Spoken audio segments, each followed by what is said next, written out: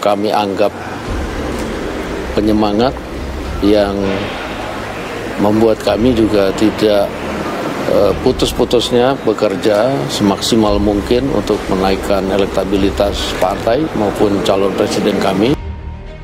Karena kami kan memang sudah mengikat janji dengan Partai Gerindra yang dituangkan dalam piagam koalisi. Namun ikatan itu yang ada 5 poin itu ada beberapa syarat. Maka anggaplah ini membicarakan tentang capres-cawapres itu adalah canda yang paling umum. Anda kalau mau pidato sekarang di hadapan siapapun, kebetulan ada capres-cawapresnya, singgung aja. Apalagi sampai bicara tentang aura, ya kan? Itu semua pasti akan tertawa. Belum pernah saya lihat Pak Prabowo tuh gayanya begitu. Itu kalau definisi yang paling sederhana, malu-malu mau lah gitu ya, atau tersipu-sipu mau gitu. Cuma yang menjadi pemahaman selanjutnya ini nanti Mas Arya Bima dan Habib justru ya. Pernyataan ini kan mengatakan seakan-akan auranya Pak Jokowi sudah terlihat ke Pak Prabowo. Pindah setelah ya. auranya ke bisa juga itu didefinisikan atau dibaca sebagai aura ini dalam arti semangat untuk melanjutkan program ataupun keamanan diri dan keluarga. Gerindra yakin Prabowo menang di Pilpres 2024.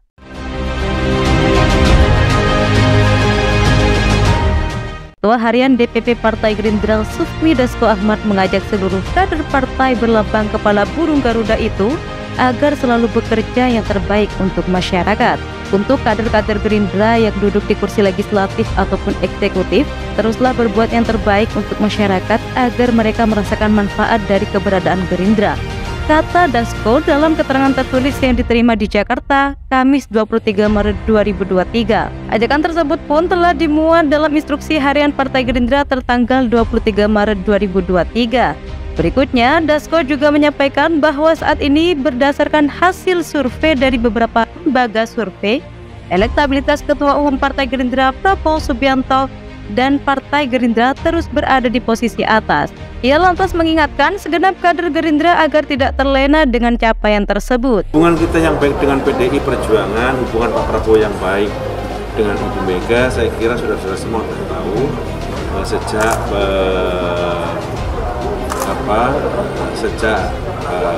beliau belum ditetapkan sebagai Menteri Pertahanan dan sampai sekarang hubungan itu baik, tidak ada masalah, dan itu menjadi sebuah kemungkinan adanya peluang untuk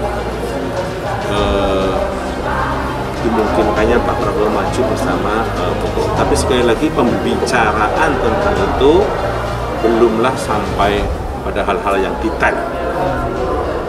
Oke, ya. Hampir semua survei menyebut bahwa Pak Prabowo adalah calon presiden yang paling populer, calon presiden yang elektabilitasnya paling bagus, paling tinggi. Itu hasil survei. Komunikasi di internal seperti apa, Bang?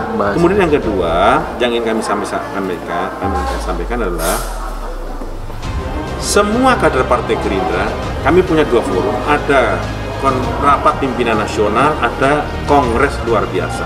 Di 2 rapat ini, rapat yang memiliki kewenangan tertinggi menurut anggaran dasar, anggaran rumah tangga, semuanya meminta Pak Prabowo untuk maju menjadi calon presiden 2024. Selain itu, Dasko sebagai Ketua Badan Pemenangan Pemilu atau Bapilu Partai Gerindra pun mengajak seluruh pengurus baik di tingkat cabang, daerah, maupun pusat untuk melakukan pembenahan mesin partai dan terus melakukan konsolidasi. Begitu juga para pengurus partai, memaksimalkan pembenahan mesin partai dengan berbaur dan melibatkan rakyat di sekitar.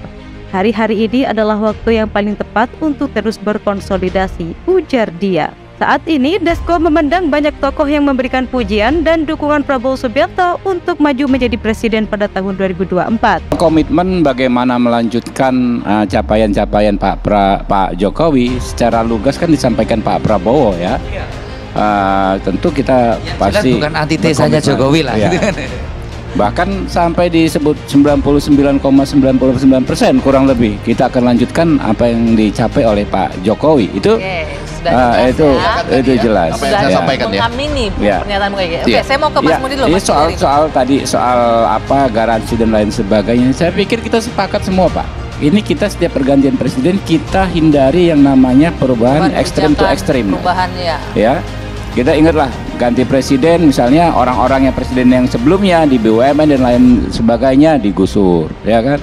Begitu diganti lagi kembali terulang lagi. Tapi gitu bukannya hal yang wajar jadi, seperti itu terjadi? Menurut saya itulah yang bisa menghambat kita. Kenapa kita nggak jadi negara besar? Ya. Tidak hanya itu, menurutnya dalam rangkaian perayaan HUT ke-15 Partai Gerindra di berbagai kota, tampak pula antusias masyarakat yang hadir.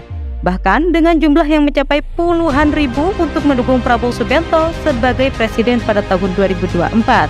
Fenomena tersebut tentu saja perlu Partai Gerindra syukuri sebagai tanda-tanda baik akan tercapainya tujuan kita, yakni menjadikan Pak Prabowo sebagai presiden, katanya. Pertama saya setuju bahwa Prabowo Ganjar atau Ganjar Prabowo itu agak sulit untuk terjadi ya. Karena pertama PDI Perjuangan kan bilang kita mau maju calon presiden. Nah kalau Ganjar dengan Prabowo rasa-rasanya sulit bagi Pak Prabowo itu untuk menjadi wakilnya seorang Ganjar. Karena Pak Prabowo itu lebih senior dan yang kedua beliau sendiri bisa maju, sudah cukup dengan Gerindra, dan yang ketiga bahkan di simulasi saya ini sebetulnya kalau head to head Pak Prabowo itu bisa mengalahkan Ganjar gitu. Itu sulit, tapi kalau Pak Jokowinya mau gimana? Kalau saya lebih melihatnya begini, Pak Prabowo dan Pak Ganjar itu diajak Pak Jokowi bukan satu calon presiden, satu calon wakil presiden, tapi dua-duanya adalah calon presiden yang berada dalam lajur keberlanjutan, ya, yang berbeda dengan misalnya Pak Anies yang lajurnya adalah perubahan begitu. Jadi sebetulnya kan Pak Jokowi udah pernah mengatakan calon presiden itu cari yang ciri-cirinya satu rambutnya putih, itu Ganjar.